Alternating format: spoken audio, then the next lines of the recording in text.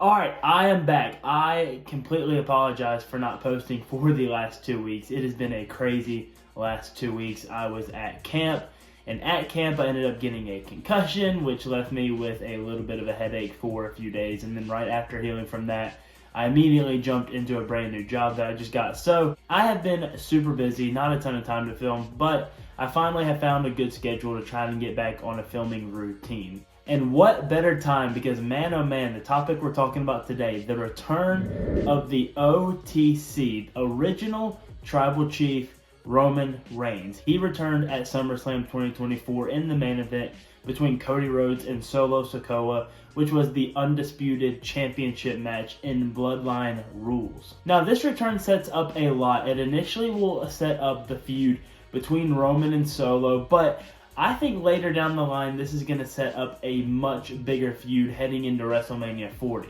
What storyline am I talking about? What does Roman Reigns' return do to the WWE, and how does it impact them heading into the later part of 2024 and heading into 2025? Let's talk about it. Okay, firstly, I want to talk about how he returned. I thought this was extremely well done by the WWE and Triple H. I thought he handled this perfectly. Leading up to SummerSlam, Solo was talking about how he was the new Tribal Chief. Roman Reigns wasn't coming back. And he said that Roman Reigns would have to come back and take the spot of Tribal Chief away from Solo Sikoa.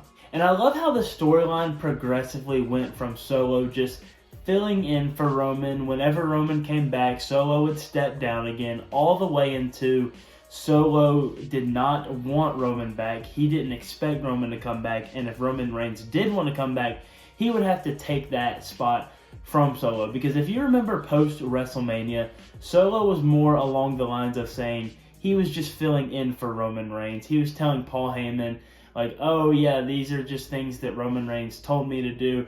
He's telling me to fill in. But as it got closer to SummerSlam, he leaned more along the lines of he was the Tribal Chief without Roman Reigns' permission.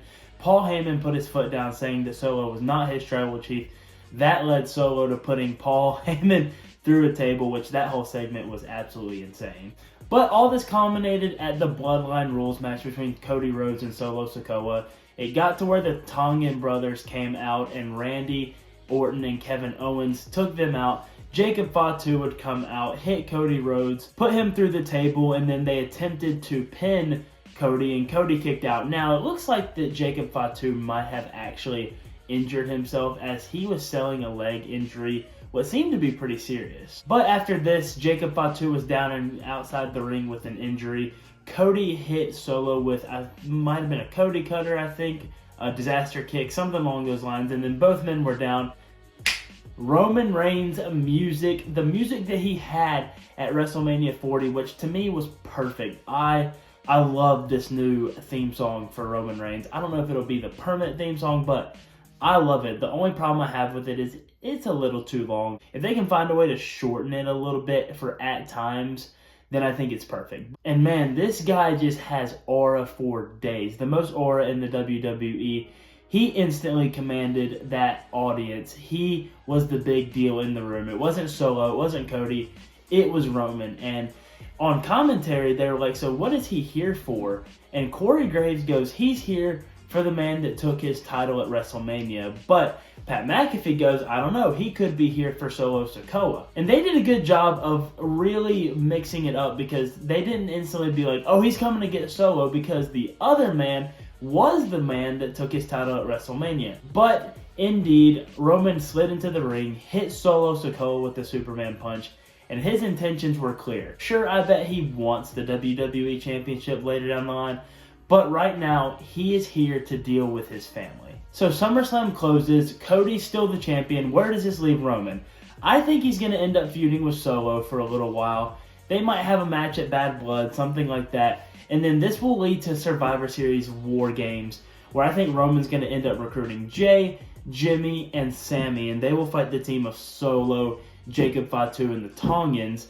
And then at the end of this match, I think we're going to get the final boss, The Rock. And I think The Rock is initially going to play in the middle and be like, let's just all come together as a family. But eventually, maybe around Royal Rumble time, he's going to turn on Roman.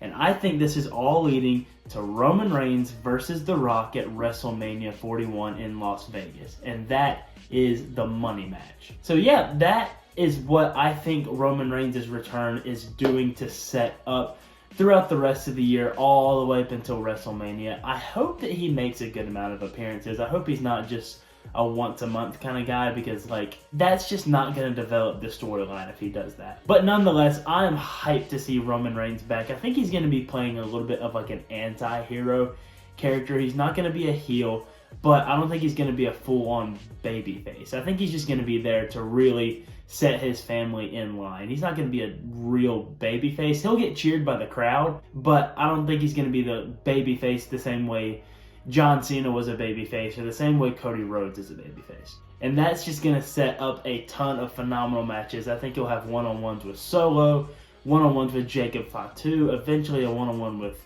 The Rock. I think they're going to have a War Games match. This bloodline storyline just keeps on growing. But that's all I've got for today. Thank you for watching. And again, I'm sorry for the 2 week of no posting. Yes, I know. I will try to not let that happen again. I'm going to try and get on a good schedule. But when something pops up in the world of sports, I'll come back and we'll talk about it.